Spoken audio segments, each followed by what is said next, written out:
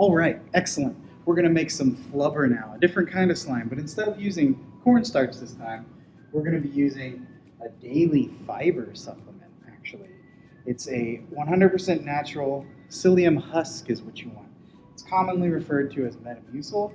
This is orange flavor, and technically the slime we make here is edible, but I don't think I'd eat it because it's probably not gonna taste very good, despite the flavoring. And you know what happens when you eat too much fiber.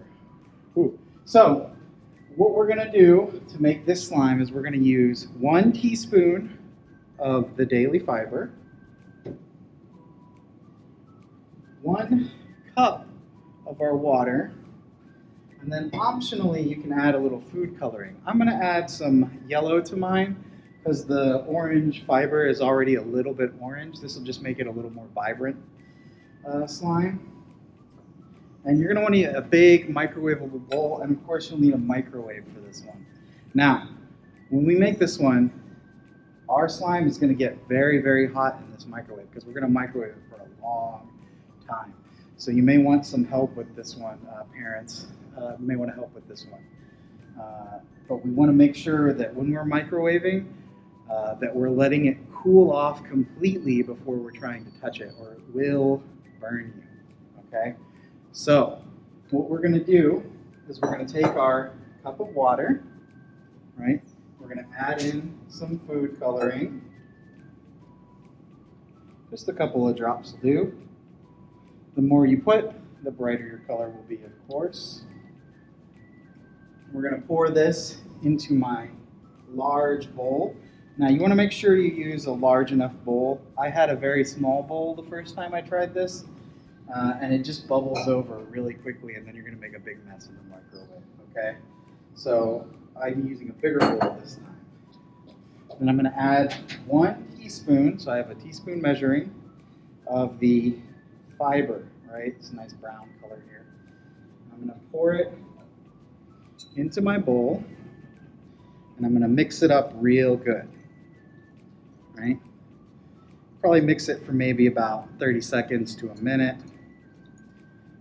I'm just going to keep mixing it till I don't see the fiber anymore in the bottom here.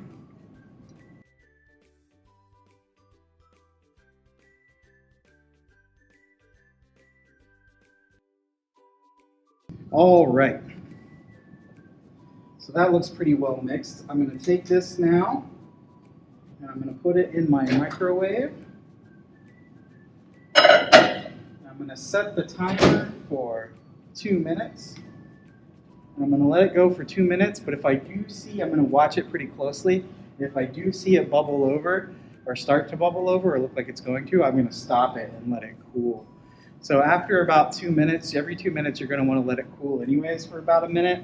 And then you're going to want to repeat the heating for 2 minutes at a time about 4 to 5 times. The more times you do it, the more rubbery your slime is going to be.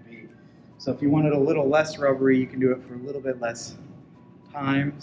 If you want it pretty rubbery and non-stick, you'll do it more times. So we're gonna keep an eye on this and let it go. And like I said, after about 2 minutes, you're gonna wanna let it cool for about a minute before you go again for about 3 or 4 times. So you can see once it's after the 2 minutes, the bubbles are going to reduce quickly when you open it. We're just going to let it cool for about a minute, and then we're going to do 2 more minutes. We're going to repeat this 4 times. So for my slime, it took me about 3 cycles at 2.5 minutes each, and then I microwaved it for a minute twice, so another 2 minutes. And checked it after each minute to make sure we were okay. So now I've finished microwaving. I'm going to leave the microwave door open and leave the bowl in there because it's still very hot. I'm going to let it cool completely. And once that happens in about 5 minutes, I'm going to take it out and we're going to take a look at our flubber together. All right? All right, so now that our flubber has had time to cool, let's go ahead and take it out and see what it looks like. Here it is in the bowl, nice and gooey. And if you pick it up, It's just like any kind of slime you made with borax, really.